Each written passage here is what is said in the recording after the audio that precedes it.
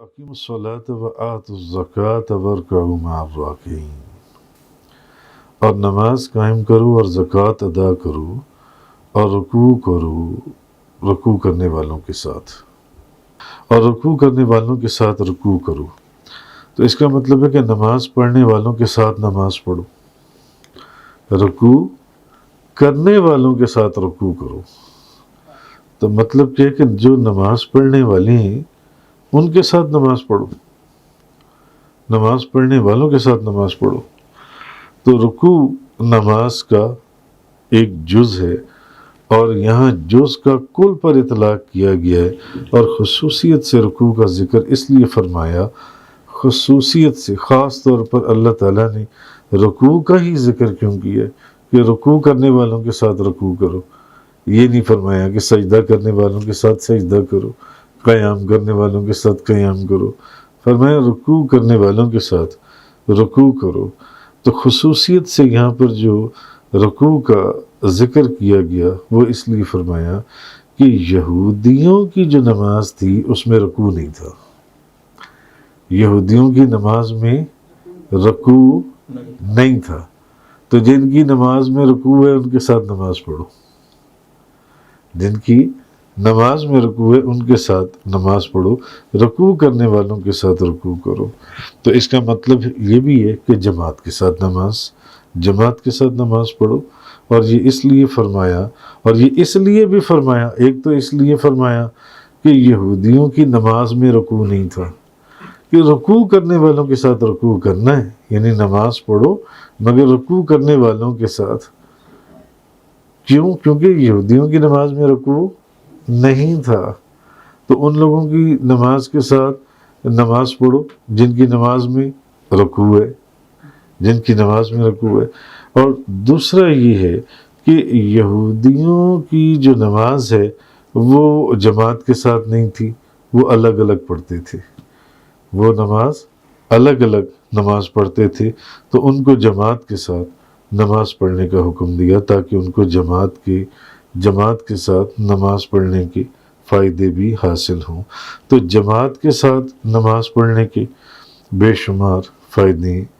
تنہا نماز پڑھنے کی بنسبت جماعت کے ساتھ نماز پڑھنا جو ہے یہ 27 درجے اس کا زیادہ ثواب ہے، 27 درجے زیادہ ثواب ہے تنہا نماز پڑھنے کی بنسبت جماعت کے ساتھ نماز پڑھنا۔ پھر اس کا ایک فائدہ یہ بھی ہے جماعت کے ساتھ اگر نماز پڑھیں کہ ہو سکتا ہے تنہا نماز پڑھنے والے کی نماز قبول نہ ہو، جو بندہ نماز اکیلے پڑھ رہا ہے اس کی نماز ہو سکتا ہے اس کی نماز قبول نہ ہو۔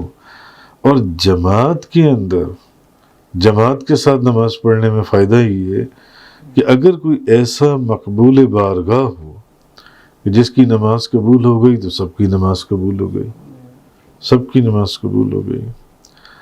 اچھا، پھر یہ کہ بعض لوگ قرات صحیح نہیں کرتے اور رکوع صحیح نہیں کرتے یا سجدے صحیح نہیں کرتے، تو تنہا نماز پڑھیں گے تو ان کی نماز ناقص یا باطل ہوگی۔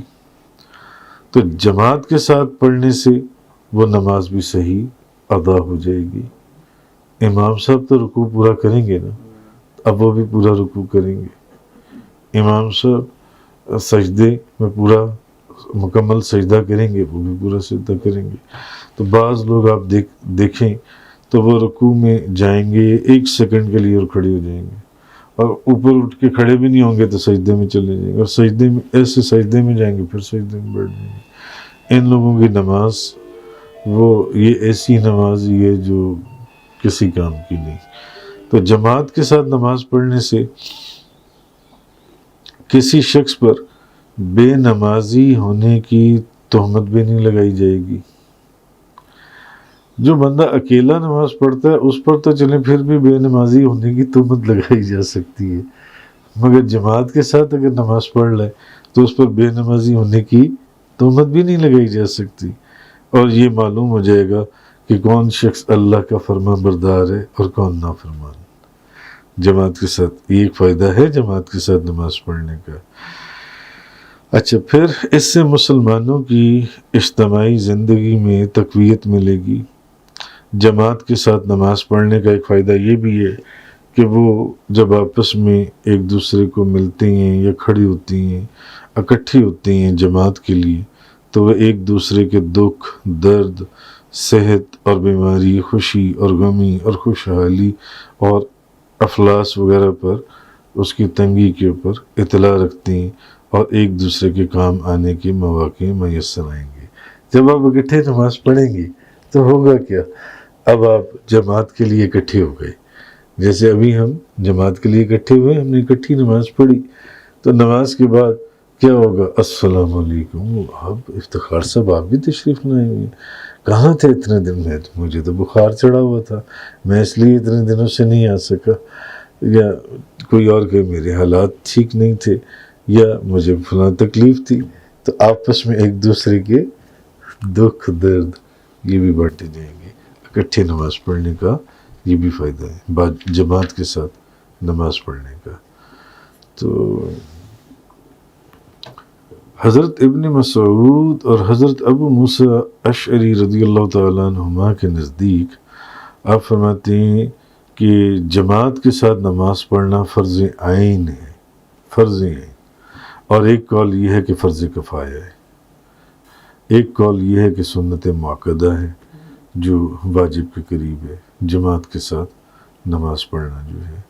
اور حضرت ابو ہریرہ رضی اللہ تعالیٰ عنہ بیان کرتے ہیں، امام مسلم روایت کرتے ہیں حضرت ابو ہریرہ سے کہ نبی کریم صلی اللہ علیہ وسلم کے پاس ایک نابینا شخص آیا اور اس نے عرض کیا، یا رسول اللہ صلی اللہ علیہ وسلم، مجھے کوئی شخص مسجد میں لے جانے والا نہیں ہے۔